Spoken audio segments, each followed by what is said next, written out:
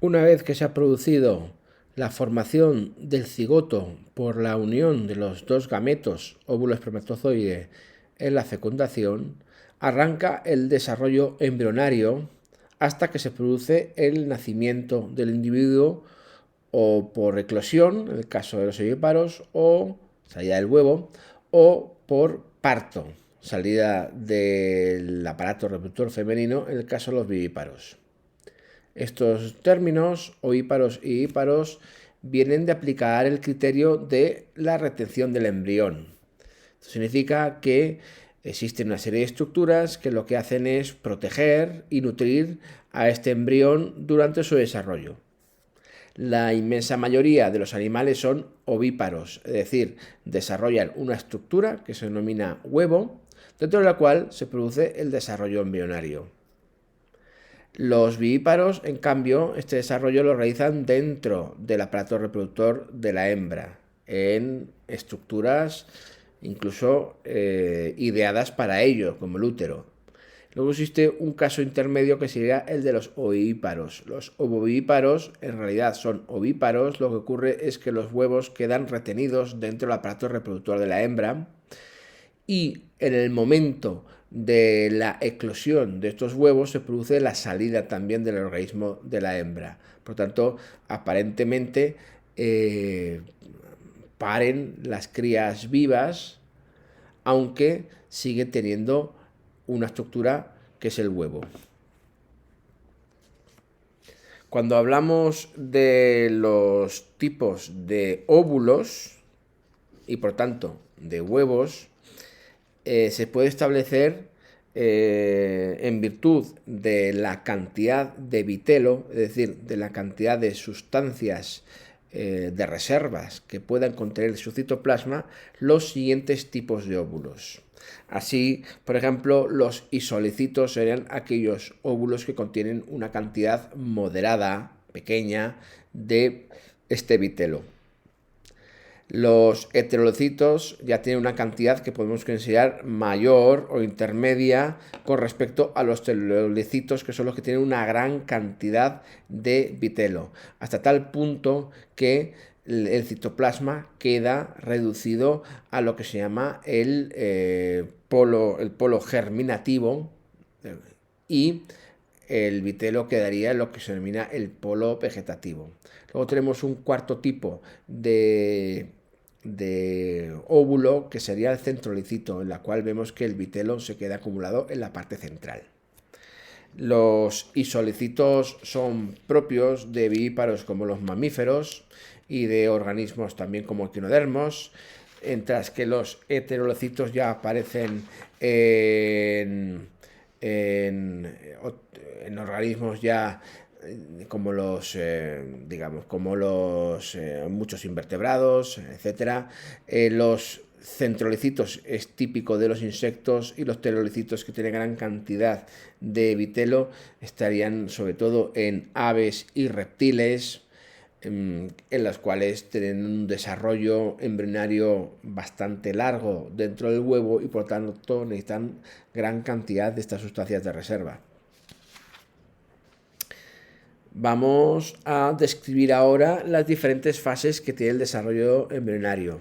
Así, la primera fase sería la segmentación del cigoto, en la cual, una vez que se forma el cigoto por fusión de óvulo espermatozoide, inmediatamente empieza a experimentar mitosis sucesivas, pasando del estado de 2, 4, 8, 16, 32 células, y así hasta llegar a un apilamiento de células, todas totipotentes, que se denomina mórula. Una vez formada esta mórula, se interrumpe lo que son estas divisiones de estas células para producirse una reorganización de estas células que se van a llamar blastocitos, y situándose en la parte externa, formando una capa de células, dejando un hueco. Esta parte externa va a denominarse blastodermo y la parte interna hueca es el blastocele. Esta estructura es la blástula. Hay que considerar que aquí estamos viendo imágenes de corte transversal. Si son, en realidad son esferas huecas, sería el blastocele, con una capa de células que sería el blastodermo que lo circunda. Esta segmentación que se produce desde el cigoto hasta la blástula, sería el fin de esta etapa, va a depender de la cantidad de vitelo que haya. Así, en aquellas células con poco vitelo, como por ejemplo los isolicitos y los heterolicitos, vamos a encontrar una segmentación completa, en la cual está toda la célula implicada en esta división. Sin embargo, en óvulos con mucho vitelo, como pueden ser los heterolicitos, la segmentación va a ser parcial y solamente limitada al disco, al disco germinativo, mientras que esta segmentación no se va a producir en lo que es el polo vegetativo con toda esta gran cantidad de vitelo. La segunda fase que se produce es la gastrulación, es decir, la transformación de la blástula obtenida en la fase anterior en una gástrula. Esta gastrulación consiste en la invaginación del blastocele hacia adentro para formar dos capas, el ectodermo externo y el endodermo que quedaría en la parte interior, comunicado, esta cavidad, por un orificio que se denomina arquenterón. Aquí tendríamos este proceso de invaginación y aquí tendríamos una imagen de una gástrula completa. En una fase posterior, a la mayoría de los organismos, es decir, los que se denominan triblásticos, a partir de migración de células del endodermo y del ectodermo, se formaría una tercera capa que sería el mesodermo. Sería la capa intermedia, quedando por tanto ectodermo externo, mesodermo intermedio e endodermo interno. Esto se produciría en los organismos que denominamos triblásticos, que son la mayoría de los animales que van desde los platelmintos en adelante.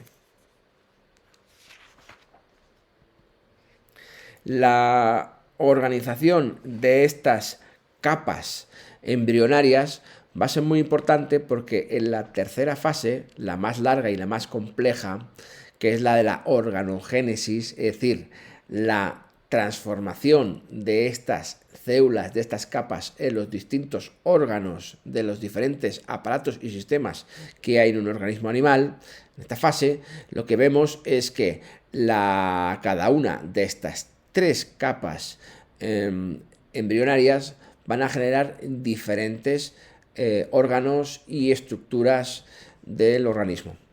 De este modo, tal como vemos aquí, el ectodermo, la capa embrionaria más externa, va a dar lógicamente lo que es la epidermis, la cubierta de la piel, la cubierta externa de la piel, pero también sus estructuras que están asociadas a ellas, ¿no? Pelos, plumas, escamas, las glándulas sudoríparas, las sebáceas que producen grasas, etcétera, etcétera. También el epitelio bucal y el anal, que estarían en contacto con los epitelios digestivos, también formarían parte se formarían a partir del ectodermo. El sistema nervioso completo, porque el sistema nervioso es una invaginación del ectodermo para dar lugar al cordón nervioso. También otras estructuras como la retina, el cristalino, etc. El endodermo va a producir los epitelios tanto digestivo como respiratorio.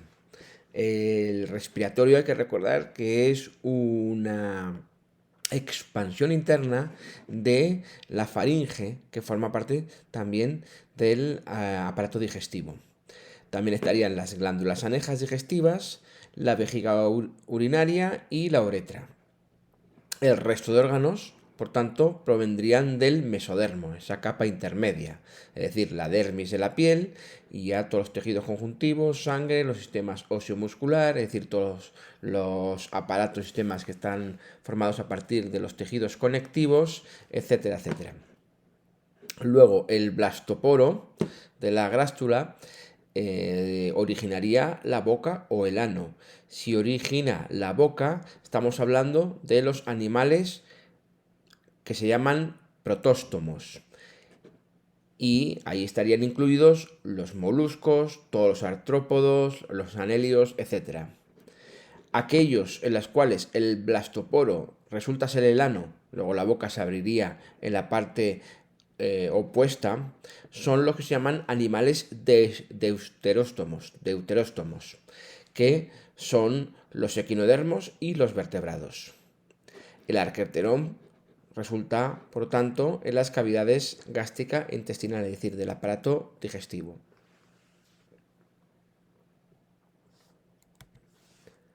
Aquí tendríamos una simulación de la segmentación del cigoto en una mórula. A continuación, la redistribución de los blastómeros en el blastocito, ahora la gastrulación para transformarse en una gástrula. Y luego ya en estas capas embrionarias, ya la organogénesis posterior.